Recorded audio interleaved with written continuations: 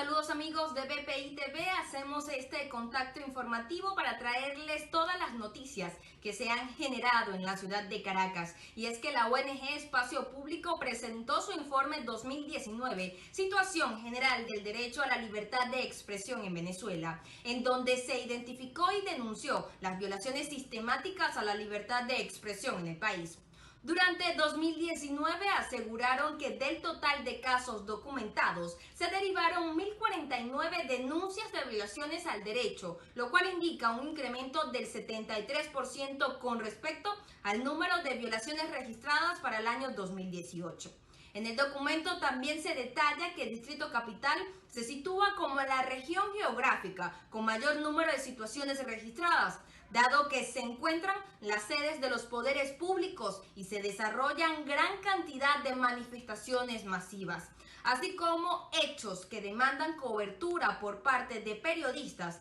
y de medios de comunicación.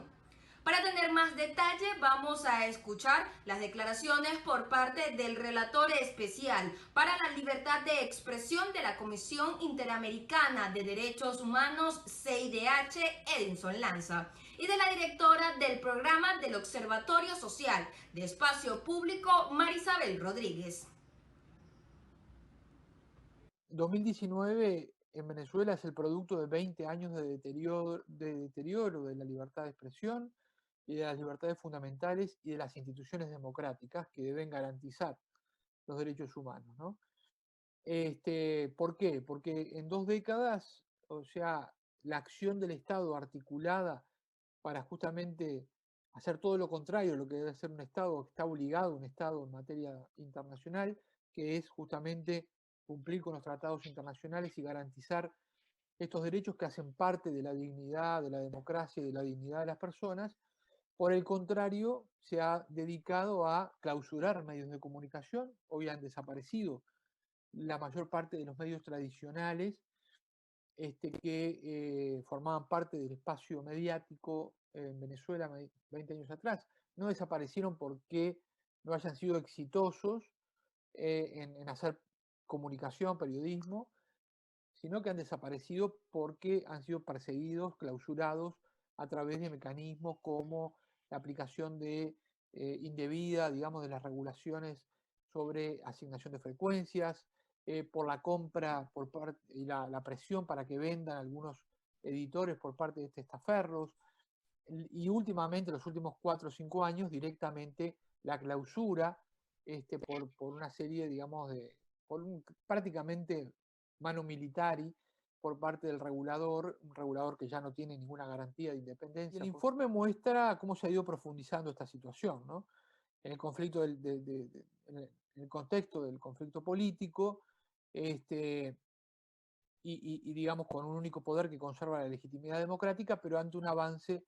obviamente autoritario de quienes detentan el poder de hecho, ¿no? Varios periodistas detenidos de manera arbitraria por parte de la policía o de los servicios de inteligencia mientras cubrían manifestaciones o retrataban la crisis humanitaria,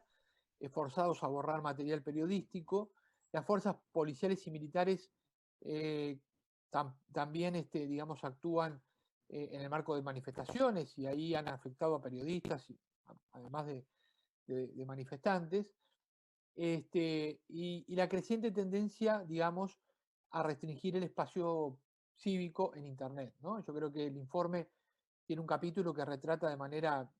muy precisa, con mucho dato que permite, digamos, visualizar y que esto no es un eslogan, es la realidad de todos los días en Venezuela, cómo la circulación de información se filtra por parte del gobierno, y esto se suma al cierre del espacio cívico en la calle y en los medios tradicionales, ¿no? ¿Cuáles son las principales restricciones en Internet? Bueno, órdenes directas del gobierno a prestadores de servicios de Internet para bloquear los sitios web de medios periodísticos, por ejemplo, bajar cuentas en redes sociales o servicios en streaming,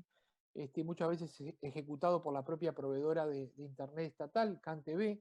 o incluso por proveedores del sector privado que no han sido demasiado transparentes en exhibir o mostrar cuando reciben una orden aunque sea una orden que está apartada de los estándares de libertad de expresión, creo que las empresas privadas deberían,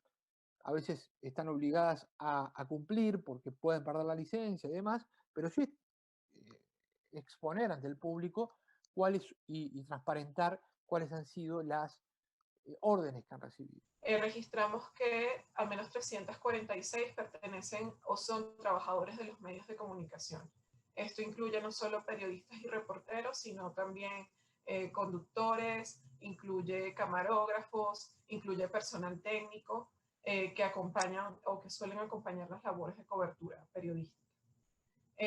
110 medios de comunicación también se vieron afectados durante este año 2019. De ese total, al menos 22 emisoras radiales fueron cerradas por la Comisión Nacional de Telecomunicaciones.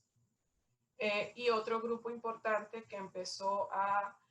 reflejarse con mayor frecuencia en los últimos años es el de trabajadores o funcionarios públicos. Es decir, a medida que se fue empeorando, ha ido empeorando la emergencia humanitaria compleja, los trabajadores, las personas que hacen vida dentro de las instituciones públicas, se hacen eco de denuncias, dan cuenta de irregularidades en las instituciones o de casos de corrupción y bueno, han sufrido las represalias por opinar o por dar cuenta de estas situaciones a lo interno de los entes públicos. A su vez, el director de Espacio Público, Carlos Correa, aseguró que esta ONG se ha encargado, además del registro y la denuncia, de llevar ante la CIDH y el Grupo de Trabajo sobre Detención Arbitraria de Naciones Unidas, lo que ha permitido emitir alertas y comunicados que en varios casos ha permitido mejorar el estatus de los venezolanos detenidos por opinar. Es efectivamente que hay una situación de un ejercicio arbitrario del poder y en muchas ocasiones hay un desdén por lo que son sus obligaciones internacionales, pero en líneas generales también es cierto que, bueno, si al gobierno no le importa tanto porque tiene aquí una oficina del alto comisionado, ¿no? Y muchas veces las cautelares, por ejemplo, de la comisión son útiles y sus informes son útiles para precisamente documentar o apoyar las iniciativas que hacemos ante otras instancias de protección de los derechos humanos. Entonces, en el 2020, desde finales de febrero, la información sobre la pandemia estaba siendo restringida. Opiniones sobre la posible llegada del virus al país generaron represalias en línea, amenazas e intimidaciones. Reportes de potenciales casos fueron respondidos con ataques e insultos para desprestigiar la labor del periodista. Semanas después, la existencia oficial de casos implicó mayores limitaciones directas e indirectamente para la cobertura informativa. A la fecha, estos primeros 4 meses, hemos documentado un total de 147 casos que se traducen en 407 denuncias de violaciones a la libertad de expresión. En relación a los casos, hay una diferencia, hay una reducción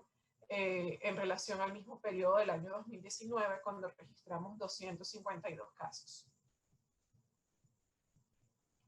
¿En qué se manifestaron estas violaciones en los últimos 4 meses? Coincide un poco con el patrón del año anterior, resaltan la intimidación y la censura, pero se les suma en esta oportunidad hostigamiento verbal, que está más vinculado y muy relacionado con el impedimento de calle, ya que las agresiones o el impedimento de desplazarse en sitios públicos va acompañado también de insultos, descalificaciones, amenazas, etc. Solamente en el periodo de cuarentena, es decir, desde el 16 de marzo hasta el 20 de abril, hemos registrado un total de 28 detenciones arbitrarias. Esto significa que de ese 28 es las últimas semanas de cuarentena, y el total que hemos registrado en los últimos 4 meses es de 51 detenciones. El informe 2019 de Espacio Público se dividió en 8 capítulos, en donde el número 5 se destaca que el arresto masivo de personas es un patrón que expresa la crisis política, la intolerancia y el ensañamiento del Estado hacia quienes manifiestan su inconformidad en las calles o en la web. Y la Oficina de la Alta Comisionada para las Naciones Unidas documentó 135 casos de personas detenidas arbitrariamente entre 2014 y 2019. Amigos de BPI TV, la invitación es que continúen atentos a nuestra señal y asimismo en @BPI TV en todas las plataformas digitales.